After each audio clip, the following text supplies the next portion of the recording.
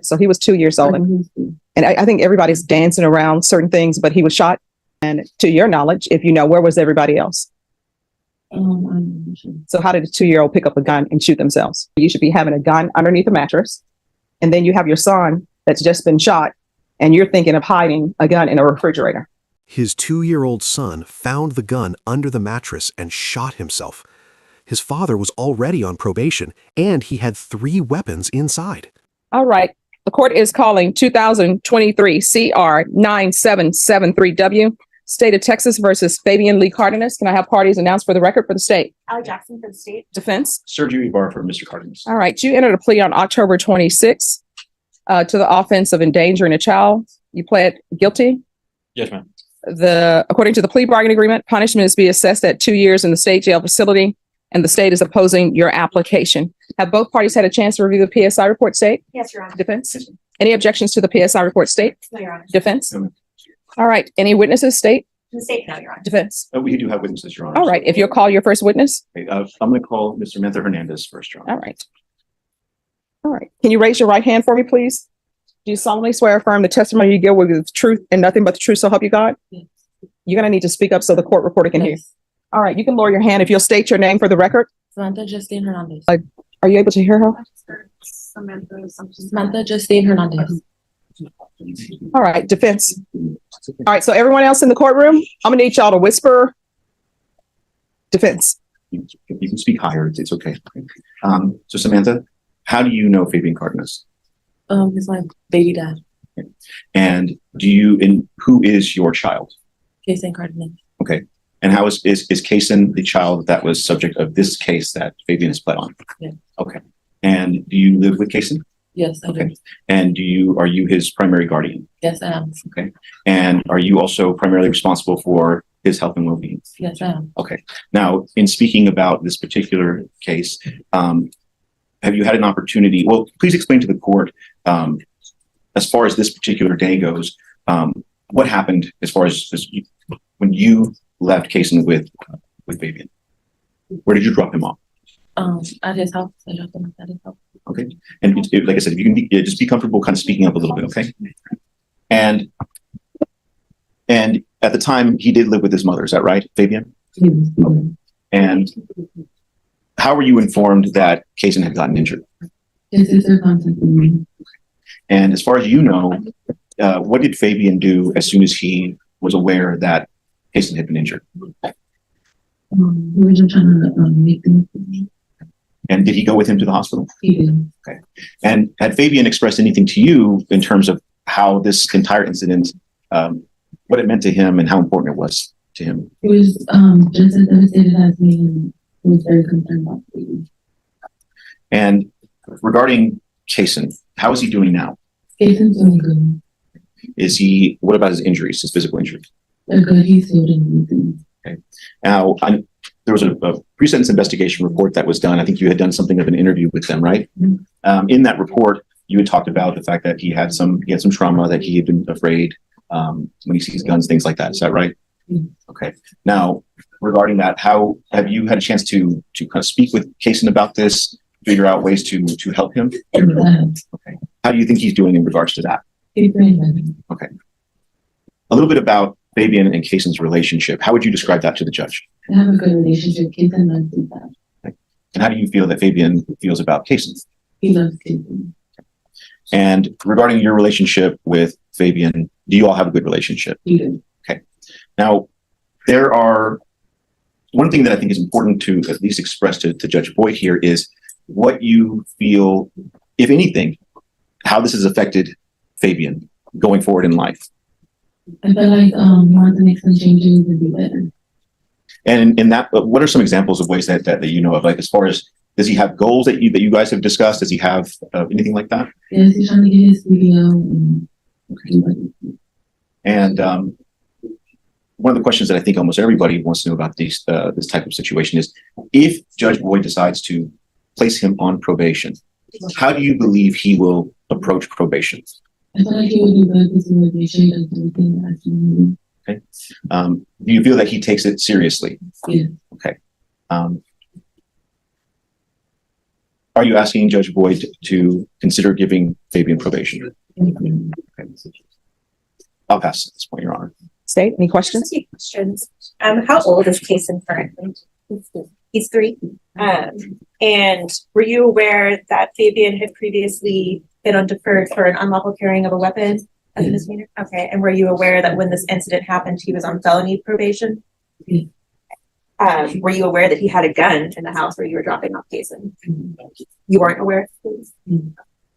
Pass the witness, Your Honor. All right, any further questions? Nothing further unless the court has questions, Judge. No questions. Well, just one. How old was your son when this happened? How old was he? Yes. 2. All right, so he was 2 years old. And I think everybody's dancing around certain things, but he was shot with a gun. And is this the gun that he picked up, or is this the gun that somebody was playing with and he got shot? What happened? He picked it up. And to your knowledge, if you know, where was everybody else? I'm not sure. So how did a 2-year-old pick up a gun and shoot themselves? Because there had to have been supervision, right? So where were the other parties, if you know? In housing immersion. All right. So has his father told you how a 2-year-old got a hold of a weapon to shoot himself? Do you know if anybody was smoking marijuana in the house during that time that your son was there? Has anybody informed you of that?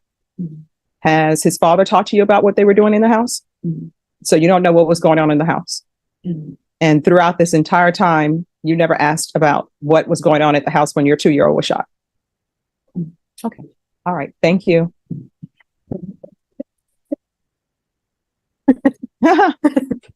All right. Any other witnesses? Yes, ma'am. I'm going to call Mr. Cardenas to. All right. Can you raise your right hand for me, please? Do you solemnly swear or affirm the testimony you give will be the truth and nothing but the truth, so help you God? Yes, ma'am. All right. You can lower your hand, state your name for the record. Fabian Cardenas. All right. Defense. Thank you, Your Honor. Just to make sure that we're clear, you were placed on probation on a felony case, a felony evading case before this incident happened, right? Yes, yes, sir. Do you remember when you were placed? How soon before? A month, About a couple of weeks, or longer than a month, or less than a month? less than a month. When there were firearms in the house, right? Yes, sir. Okay. And regarding those firearms, did you do anything in order to get those firearms out of the house? Yes. I tried to. You can speak to Judge. Yes, I tried to pay somewhere else while I was on probation, but they were guns. So they were all clean. Anyone I tried to give them to, it's kind of a hard for someone take guns for you, if that makes sense. I tried to give them to one of my uncles or something. If he could hold these till I'm on probation, and that's just not something someone would take like that. So I really had nowhere to place them at the time. Because of that, though, you're aware, and Judge Boyd is aware that sometimes you would have Kason over at your mom's house, right? Yes, sir. Okay. So just to describe for Judge Boyd, what was the living situation like? I stayed in a back house at my mom's house, and I'll get Kason on the weekends or whenever my child's mother worked or I was working or something, or I'll wash him or something. Okay. So your mother's house you were living in the detached living area from the main house? Yes, sir. Okay. And were you the only person living in that detached house?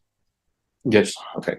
Now, because you could not get rid of those, were you aware that that's something that you could have called either myself or even the court about help with? Were you aware at the time? At the time, no, but now I fully understand. I really could have got help from you, from anyone. I didn't think that I could call on anyone to be hey, where can I place these guns? Or at the time, but now I'm fully over. Okay. And since that time, have you continued to check in with probation since everything's happened? Yes. Okay.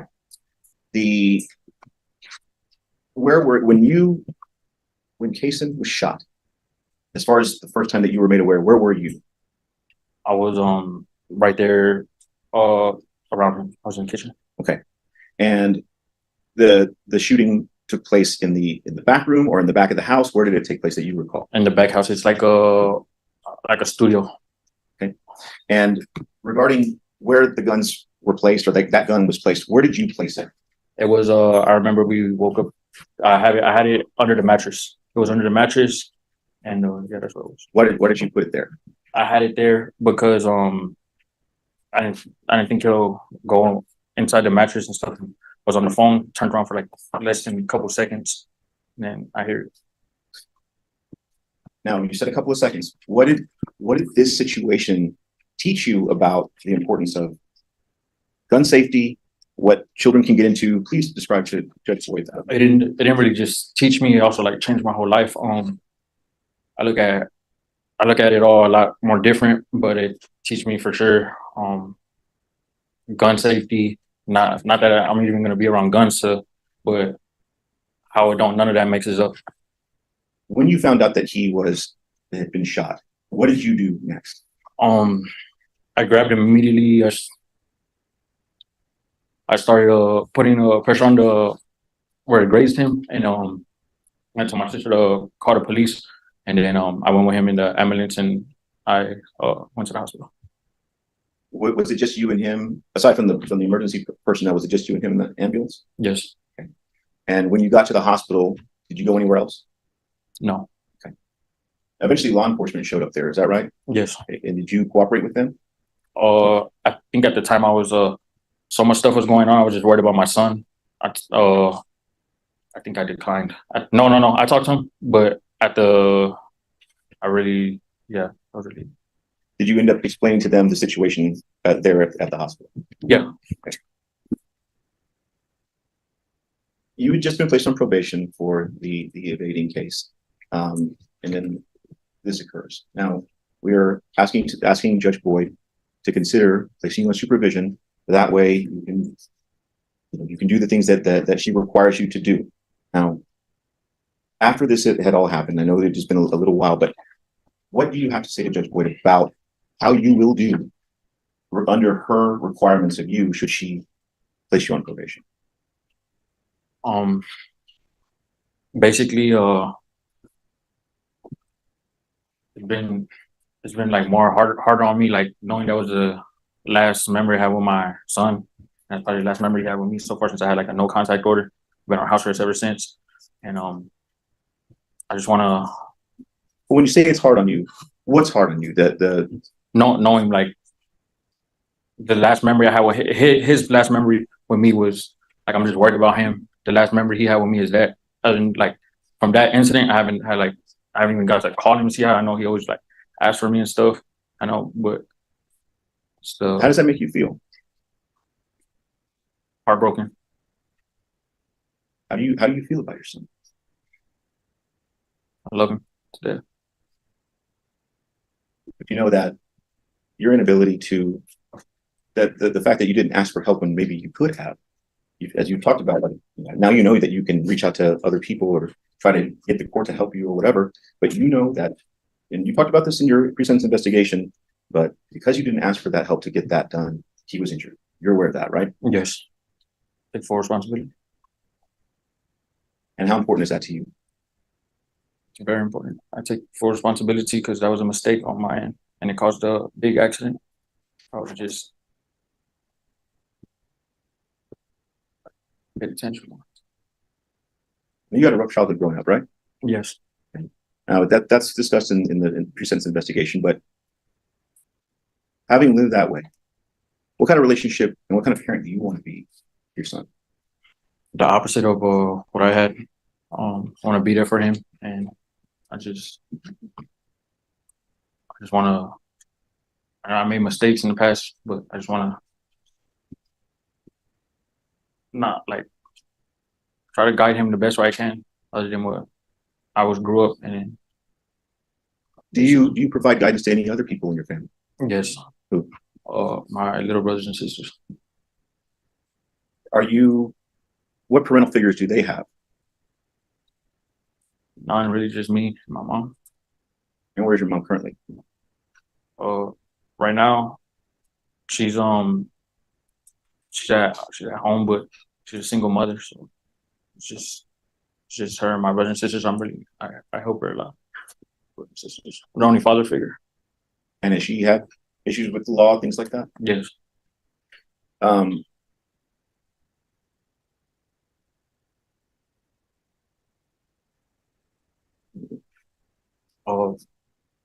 Yes. I just want to ask if you could strongly consider giving me probation. I'm trying to go down the right track. I actually like trying to switch my life around. Like I made mistakes, but that I don't think that should like define who I am, the type of person that I am. Well, when you say something like that, though, because that can come off the wrong way.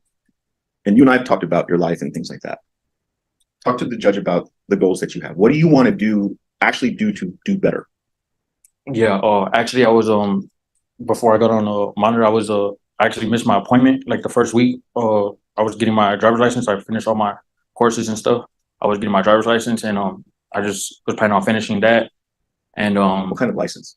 my driver's license. Then right, I was gonna enroll in a CDL school to get my CDL license, and that's what I was planning on doing. For the meantime, I was working, but I'm gonna just be working for the meantime, and then while I'm getting my CDL license, right after I get my license, and then I just plan on doing better for my family, trying to be a better role model, change my life around, not being in the system, and setting the bad example for my brothers and sisters, my son, my family, because I'm really like the role model. State? Just a few questions. Mr. Cardenas, how old are you? So, You're 21. And how long have you owned firearms? probably since 2019. Okay. So for a few years. Have you ever taken any gun safety course or anything like that? Nah, I just go to the range. Okay. But do you have kind of a basic understanding that guns should normally be stored away from where children can get to them? Yes, ma'am. And knowing that you weren't supposed to have them because you are on probation, did it ever occur to you, knowing that you have a 2-year-old who would come and spend weekends, did it ever occur to you to get even just like a gun safety, like a gun lockbox or anything like that? Yes, ma'am. I had 2 in the closet, usually where I have them. Then I have one next to me in case like someone tries to break in. So I have that under my mattress. And then, like I said, we just woke up, and then my son was gonna go under the mattress. It was a mistake. Yeah. Okay, but you did have gun lockboxes. No, I didn't. Oh, you didn't, but you No, I had in the didn't. past. No, I never really got. Okay. Did it, and I know you had already said that it didn't occur to you that you could, call, your lawyer or anything, but did it ever occur to you just to contact a seller to like get rid of your guns entirely while you were on probation, or were you just more focused on having access, being able to get back to them? Basically, that's what I was thinking. I was like, when I'm done with this probation, because I wanted to get them back, so I just needed someone to hold them for the meantime. Like I said, I just got on probation, and going up to like not going up to a random person, but going up to your like slow down just a little bit, please. like asking like a family or like anyone like, hey, could you hold these guns? Just kind of like random. So, and that's kind of like not a favor someone's like willing to just do for anyone. Okay. And one more question. So, I mean, just because we've kind of skirted around, we know that Kason got shot. Where exactly was he injured? He got grazed on his cheek and his ear. How did you feel knowing that it very nearly could have been his death? It devastated me. I'm just thankful that it could have ended up a lot worse. No further questions, Your Honor. Right. Any other questions? Okay. May I ask a question? Yes. So, where you kept the gun on the mattress, what size mattress is that? King, queen, twin? What is it? Right before a queen. All right, full? Full. All right. Yes. So, you're saying you kept the gun underneath the mattress? It's like not the mattress, it's like a foam thing. Oh, so you kept it underneath the foam and not the mattress, between the mattress. Do you have a box spring? It's a big thick foam, and then there's a mattress. It was like a fold out couch. Okay. And then it had like a thin mattress, and then I had the thick foam memory foam. All right. So why was a 38 in the refrigerator on the second shelf? That's because at the time I had that in the closet, and then But why is it being kept in the refrigerator on the second shelf? I just threw it in there when When the cops are coming. All right. So you were trying to hide it? Basically. Well, I mean, it's not basically. It's either Yes, ma'am. you were trying to Yes, hide it or ma'am. not. So you put that on the second shelf of a refrigerator after your son was shot. Yes. All right. And your siblings in the house, what are their ages? They're in the front house. And so the gun that you put in the refrigerator was another gun. Yes, ma'am. And that was in the back house where you were living. Yes, ma'am. So how many guns did you have in your home in the back? 30 total. 3 total. All right. So you have one gun that you say is being kept underneath the mattress. Is that the Micro Draco firearm? No, that was the one that was under the mattress was a Glock 23. All right. That's a Glock 23. I'm assuming no safety. Yes, no safety. All right. And then you have the one gun that's in the refrigerator on the second shelf. Yes, Where was the other gun, the third one? in my closet. Where in your closet? It should have been like behind all my shoes and clothes. All right. The TAP evaluation says that you've only smoked marijuana once in your lifetime, correct? Yes. Who did you have coming over to your house? Any other people? Just you and your son? Yeah, just me and my son. All right. So who's smoking marijuana in that back house? You or your son? No one. Well, this is what the police says. Police says, I entered the real location. That's where you say, right? Yes. And began to search the location for further evidence. I immediately smelled the odor of marijuana. I knew the odor to be that of marijuana due to my training and experience. They said they were not able to locate marijuana in the residence. So you're saying there was no marijuana? Nobody ever smoked marijuana? No. All right. And if you're drug tested today, what are the results going to be? I'll pass it. I never had a problem with drugs. I don't do no drugs. Mhm. All right. Any other questions? Nothing further. All right. So I'll take a drug test Yes, ma'am. and then I'll make my decision. Understood. Yes, ma'am. Yes, I ma'am. understand that you probably have regrets because your child could have been killed. But you're on deferred adjudication out of this court for evading. And I know that in your conditions of probation, because everybody who's on felony probation, you're not allowed to have guns, Yes, ma'am. period. So, and cause number 2023 CR 9773W, the court is not going to grant your application. The court will find you guilty, sentence you to 18 months in the state jail facility. This is run concurrent with cause number 2022 CR 11171, and there should be no in-person contact with Kason Cardenas while in custody. So he can do phone calls. I'm sure she'll have phone calls or that type of situation. And I want to tell you, the reason why I'm doing that is because I don't think children should get used to seeing their parents in custody or seeing people they love in custody, because then they think it's normal activity to visit people in custody.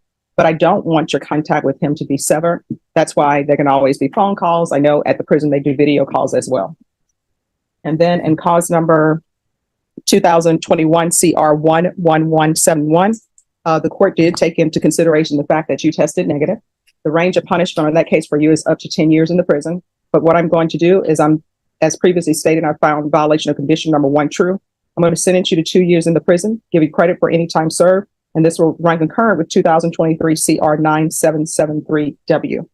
And each cause number, I'm going to show you what's entitled Trial Court Certification of Defendant's Rights to Appeal. Did you review those with your attorney? Did you understand them? Yes, ma'am. All right. And cause number 2022 CR 11171. This is not a plea bargain case. You do have the right to appeal, but that as it relates to the allegations in the motion, not the fact that you're on deferred adjudication. Do you understand? Yes, ma'am. All right. Because that's felony conviction, you're not allowed to own or possess any weapons or ammunition. If you have a question over what a weapon or ammunition is, you'll need to speak to an attorney. Do you understand? Yes, ma'am. And then in cause number 2023 CR 9773W, I'm going to show you what's entitled Trial Court Certification of Defendant's Rights to Appeal. Did you review that one with your attorney? Did you understand it and sign it? Yes, ma'am. All right, because that is a plea bargain agreement, because I have followed your plea bargain agreement and actually giving you something less than you bargained for, you do not have the court's permission to appeal. Because it's a felony conviction, you're not allowed to own or possess any weapons or ammunition. If you have a question over what a weapon or ammunition is, you'll need to speak to an attorney. Do you understand? Yes, ma'am. All right, we can go off the record. I want you to know I always listen to everything that's given to me. I always try to internalize everything. Your attorney did do a good argument for you and put on good testimony for you. But part of your problem is you're on deferred and you know you're not supposed to have any weapons at all.